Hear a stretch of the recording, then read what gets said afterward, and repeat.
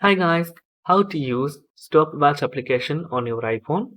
The There is no particular application for that. It is included in clock like new Android devices. Then open your clock application. Then choose the bottom menu.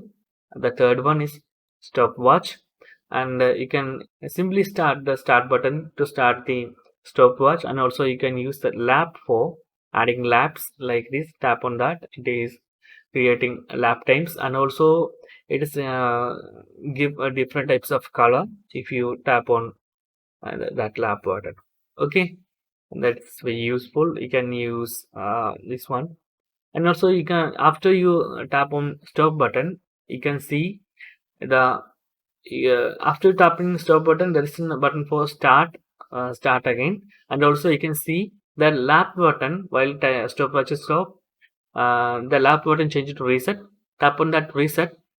It is delete all of the previous values from your stopwatch. Okay, thank you so much for watching. Have a nice day.